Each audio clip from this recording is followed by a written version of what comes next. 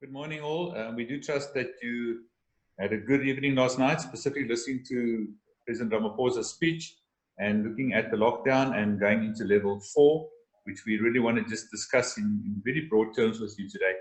But I'd like to just introduce, or let them introduce themselves, just some of the leadership of the George Business Chamber joining me today. We'd like to start with Ingrid.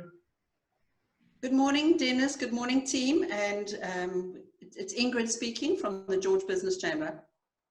Elsie. Good morning, everyone. Elsie from Skills Development. Nadia. Good morning, everybody. This is Nadia, and I'm speaking on the real estate industry. Keith.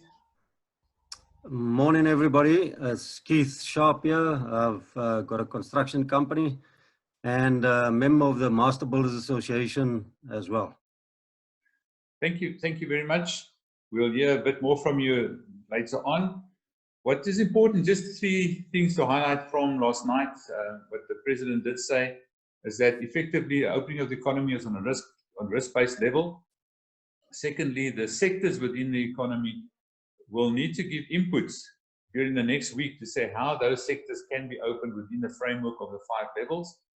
And then thirdly, today we will get some more relevant information from the different ministers. So today is an important day in terms of inputs to the sectors so that the sectors can make plans and come back to the government and the ministers for the lift of level 4 on the 1st of May. So just a brief overview there. So you can see there are the 5 levels. So we're going to go into level 4. The middle slide, which is just important there, is that we have a look there in terms of, it could be that in different geographical areas there are different levels, but all the different hygiene factors and all of those still remain. And then the slide on the end there is just the map of South Africa in different colors. And you see that where we lie in the Southern Cape, we in the second darkest shade. So we had more risk than, for example, the Northern Cape, which is a very lighter color. And that will have an impact in terms of how the different sectors will be going back to work. Then just let's briefly look at the 4 levels, and level 4, which we're looking at now. Which are the sectors that are going to be involved here to give plans? It's the retail sector, the agricultural sector, forestry and pulp, mining, financial and professional services. We see some about the export markets there, postal telecommunication services, fiber optic and IT, and then formal waste. But that does not prohibit other sectors to put forward in this coming week their plans to reopen the economy. Then just for interest sake, level 3, you'll see there it becomes just more comprehensive. And there we've got takeaway restaurants and online food deliveries, liquor retail within restricted hours, clothing, and I'll just jump to the bottom here, which is close to what for Keith and MBA. There you see the cement and steel, machinery and equipment. Those are the sectors that, strictly in terms of level 3, can be open. And then level 2 is then construction, all other retail, manufacturing, mining, and there is all the detail there. Important for most people is domestic work and cleaning services. You can see it's only at level 2. So most of us would have domestic workers or there's cleaning services, and they could still be in lockdown for quite a time. And then, of course, at level 1, everything opens. So let's just focus in terms of today. Elsie, let's talk about education and perspective from where you are at and what you're finding, and some challenges and some good news as well. Thank you, Dennis. I think from skills development side, there's always a good and a bad. So on the negative side, I think the biggest problem for us in the skills development is actually data. With students all over the place, and we are in a rural area, we can't really go online because the students don't have access to data. So I think that is one of the biggest problems. And then also salaries for the host employers where the learners is currently, or in the training centers. Any skills development provider is working with CETA funding, And that is really a problem because the CETOs can't pay you if you don't train. And then you also can't do sales. So I think that is the three biggest challenges. But I think there's a positive side also. In this phase where we are now, I think all of us must look ahead beyond the lockdown to say, what can we do for the staff and the learners while we are in this situation? Say, how can we learn? How can we plan? And what can we do with all the avenues that government have put in place, like the UIF and ETIs and tax rebates? So let's look at the positive side and plan towards what can we do when we are out of this lockdown situation. So yes, I think we are in a difficult position now, but there is positive things and we must focus on what is going to happen in 6 months or 9 months time from now. I'll say thank you very much for that, and it's good to hear the positive as well. Then data is really, or the accessibility of data is a big one, and we saw there that is one of the sectors that are open. So from us, our side as the chamber and other chambers in the environment in the region, we need to also push that agenda to get data for all as an action against you all. Raise our voice on that. The other one is the retail sector. I'm sorry, not the retail, the residential or the property sector, real estate sector. And we in the George environment have had a boom time in terms of real estate for some time, I think. And Nadia, how can you enlighten us on this? Right, Dennis, we have had a boom time up until the end of last year, actually, and then it started to taper down quite a bit. And of course, we have been trying our best right up until now with the lockdown to obviously get as many sales as possible, because at the moment we have a problem where buyers have been coming down to our wonderful area, but they first need to sell up north or wherever, and then before they can purchase here. But right now, those sellers, I've spoken to a couple over the last couple of days, and they can't wait for things to get back to normal so that they can sell their properties and obviously move down here. But what this lockdown has done is, unfortunately for us, and we have our Rebosa national body, and we have our CEOs of the various organizations that we work for, are all lobbying with government to see that they open, or try and open, the deeds office, because that is a major problem for us, because we are entrepreneurs and we work on commission only. And when the deeds office isn't open, obviously we don't earn any money. And there are a lot of deals that are sitting in the deeds office that need to go through so we can get our commission. So that is one of the main things that our guys are really working hard at, to try and organize for the estate agents, because otherwise we got a major problem. Secondly, we now have a wonderful opportunity to upgrade our technology.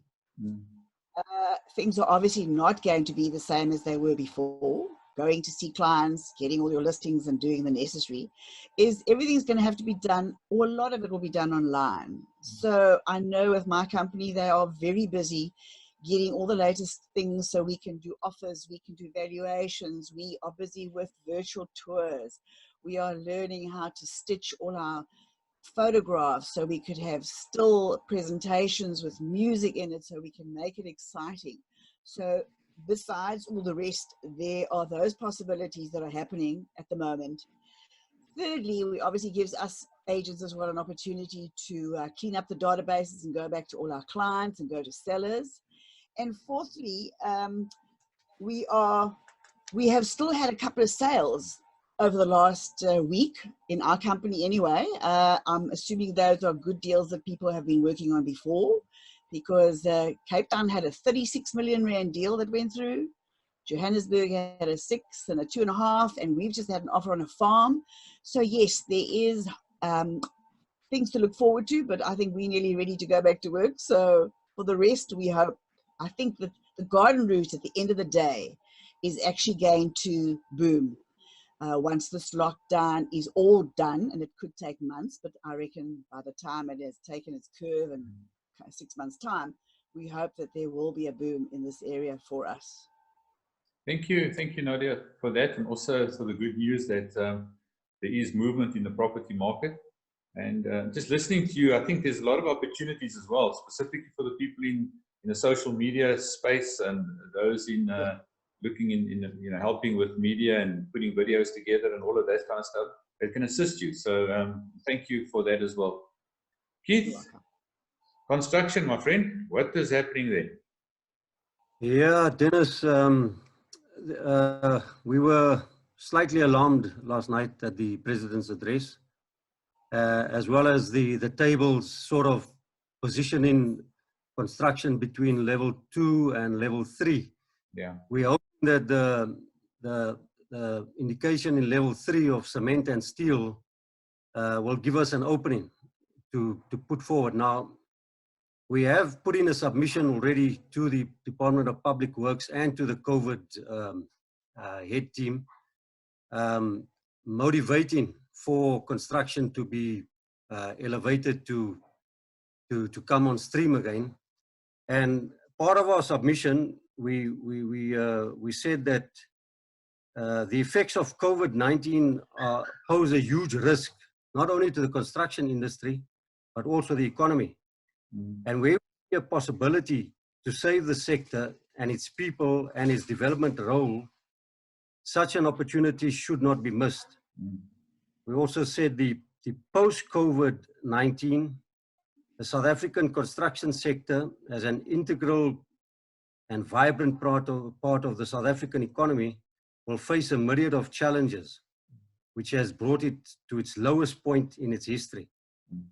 If nothing is done to revitalize the sector, we'll find ourselves having to import the skills and knowledge for future development of our infrastructure at a very much higher cost, which we of course cannot afford.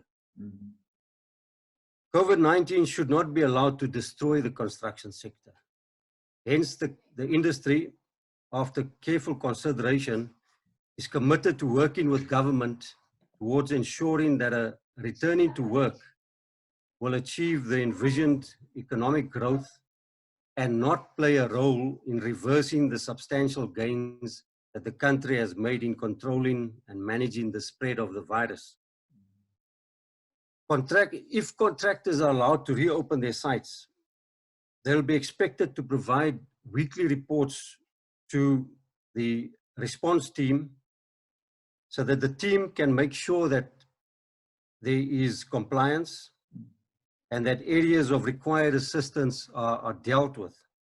And to back it up, we listed a whole a list of requirements for contractors to follow to ensure that there's a small risk, well, the risk is reduced of spreading any contagion on sites.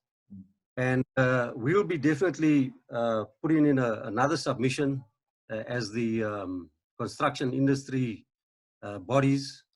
The submission that we made was the Master Builders Association of South Africa, together with the architects, the quantity surveyors, civil engineers, the Black Business Council, various other councils in South Africa. All of us actually had an endeavor to try and put in our submission. But after last night's address, we actually are going back to the drawing board and putting in additional submissions in order to raise the profile of construction as both an employer, as a mover, and also as one of the employment kind of structures that can ensure that the virus is not spread rampantly. And in fact, that's really, I think, one of the most important factors. We don't want the virus to get under control, out of control.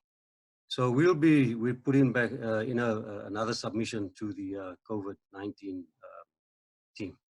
Thank you very much, Keith. Yes, the construction is a big component of us in the garden route in our economy, and as you know, where we can support as a chamber, kindly let us know. This brings me to the last slide, and we're just going to ask Ingrid to give us a brief overview of what has kept her busy in the last 3 or 4 weeks and what she's looking forward to doing going forward. Ingrid. Thank you, Dennis, for that. What we've been doing quite extensively in our office is staying abreast of the changes as and when they happen. As you know, there's a lot of change and it happens quickly. So we have to stay on top of that and sift through the information to avoid information overload, because what we're finding is that there's a lot of confusion out there with regards to where they can go. I'm talking about our affiliates and business people as a whole, where they can go to for guidance and assistance and funding. And, you know, they're asking where can they go to, for example, the UIF kind of portals, and is there a site that allows them to see how their stuff has progressed. And what we're finding is that they're, especially in that particular instance, is that some people have been paid out, which is some good news. And Elsie actually told us earlier this morning one of her clients has been paid out already, which was good news. Some people have heard and said your submission has been received. Some people have said please resubmit, and some people have heard nothing. So those are the 4 scenarios that we're constantly sort of having to address. But what we're excited about is we have the opportunity now to re-engineer our business model. You know, we can move away from the stayed and static sort of way that chambers have operated. I think it's been a long time in coming, and this has just really forced our hand now. So what we'd like to do is to consider the options of providing networking opportunities using social media platforms, observing all the hygiene protocols if small groups are able to, when they're able to gather again, to continue to actively promote business services of our affiliates, to other affiliates and businesses out there. And obviously to ramp up our visibility with non-affiliates. We're finding a lot of queries are coming through from people who are not affiliates of the chamber. We don't discriminate. A business is business, the economy is the economy, and we give the advice and information and redirect wherever we can, however we can. So in terms of providing, I spend a lot of time guiding people in support of their business methodologies, you know, how they can do their business differently, and giving them ideas on how to do that. So that's what we're busy with, and it's very, very busy. We haven't had time to slow down at all, you know, to do things we thought we'd be able to do in lockdown, but no, it's not that at all. But it's good to see that the business community is rallying forward and staying in contact with each other. So that to me is critically important, and we want to be able to continue giving our support and guidance wherever we can, however we can. Thank you, Dennis. Thank you. Yeah, thank you for that. And that brings us to the end of our discussion for today. And you can just see on the slide as well, 2 important areas. It's just having the COVID-19 coronavirus portal on your own website, and then also look at the Wesgro one for all the assistance you can get. And we're looking forward to having a chat with you very soon. Thank you to the team for joining us, and have a good day further.